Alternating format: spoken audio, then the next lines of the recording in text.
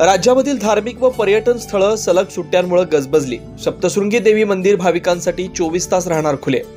3.5 शक्तिपीठांपैकी आद्य स्वयंभू शक्तिपीठ असलेल्या श्री क्षेत्र सप्तशृंगगड येथे नाताळ सुट्ट्या आणि नववर्ष प्रारंभाच्या कालावधीत भाविकांसाठी विशेष 24 तास दर्शन सुविधा उपलब्ध करून दिल्या। सोमवार, मंगळवार व बुधवार सप्तशृंगीचे मंदिर भाविकांना दर्शनासाठी 24 तास खुलं राहणार आहे, तर गुरुवार दिनांक 2 जानेवारी रोजी रात्री 9 वाजेपर्यंत मंदिर खुलं राहणार आहे।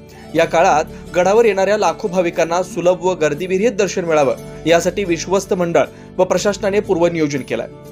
घाट रस्ता व अन्य सेवा सुविधाही सुरळीत राहतील। सर्व भाविकांनी सुविधेचा लाभ घ्यावा असं आवाहन संस्थेच्या वतीने करण्यात आलंय। शनिवार रविवार 2 दिवस रोपवे ट्रॉलीला गर्दी वाढल्यानं त्या ठिकाणी 4 ते 5 तास वेटिंग असल्यानं अनेक भाविकांनी पायऱ्या चढून देवीचं दर्शन घेतलंय।